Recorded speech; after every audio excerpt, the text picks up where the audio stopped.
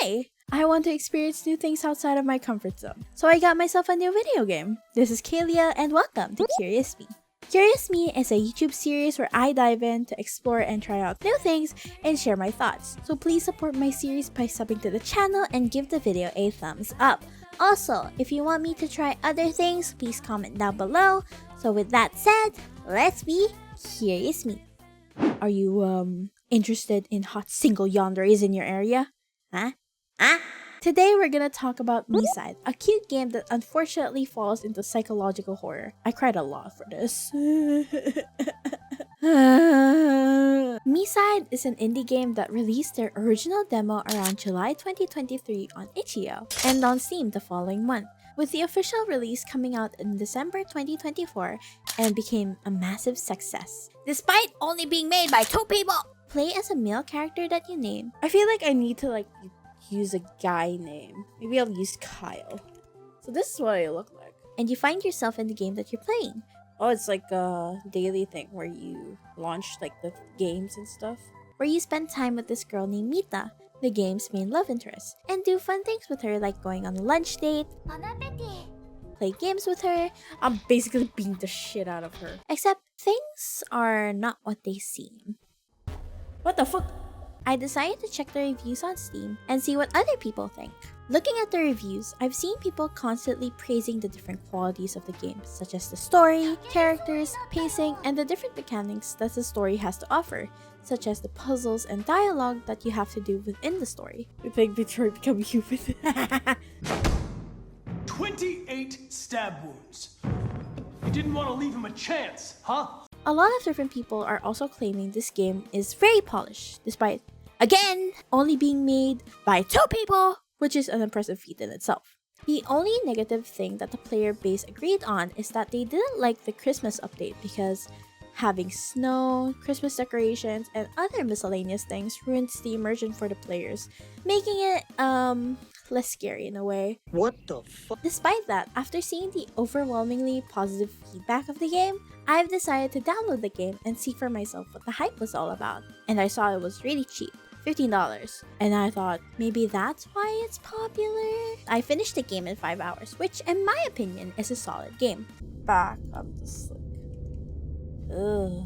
After sitting through and playing through the entire series, there's a lot to go through, but at the moment, if I have to be nitpicky, I'd probably argue that in my opinion, there were some bits of the story that didn't make sense to me. Like that time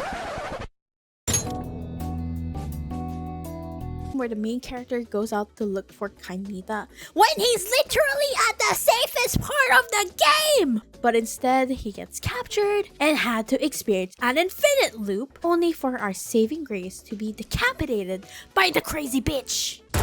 Oh my god!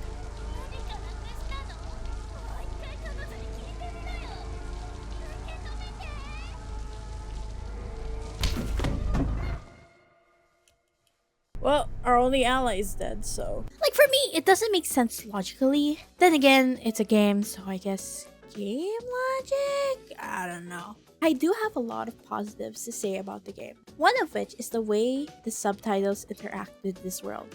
The way where they pop up in front of the character and make it more 2D and have it drop down the floor after they're done talking. Just to immerse yourself that you're in a video game, and this is how characters interact with each other because that's just programmed into them. I genuinely think that it's such a nice touch and a refreshing way to innovate how subtitles work within video games.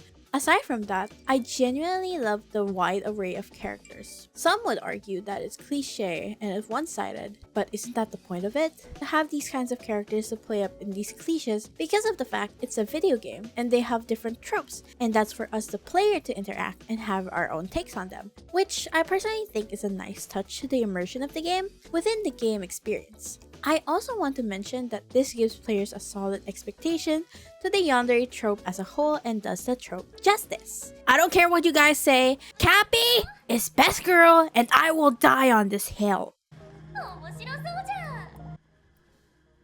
Why are your shoes on the bed, woman? You can tell I've had a lot of positives on here despite some minor issues that the game has. Honestly, I really like the overwhelming positive response that Miside has to the community, where despite being an indie game and 2 people making this, with some qualities of the game that's not so favorable such as the Christmas update, yet there was an overwhelming response where people really enjoyed the different qualities of it, me included. Although there's some things that happened within the game that made me go, why? Like some things that just didn't make sense.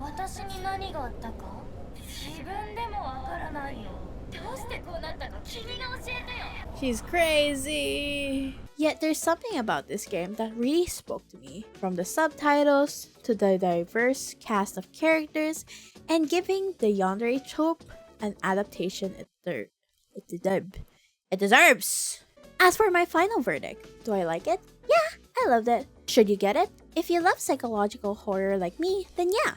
I think the devs who worked hard on this deserves it because of how well structured it is. With that, I hope you enjoyed, and don't forget to like and sub to the channel. And if you want me to cover something else in the next video, please comment down below. This is your host 𝚃𝙀, and remember, curiosity doesn't kill the cat. So let's be curious me. Subtitles to diverse characters. Why? And finish the game in 5 hours, which in my own experience take months.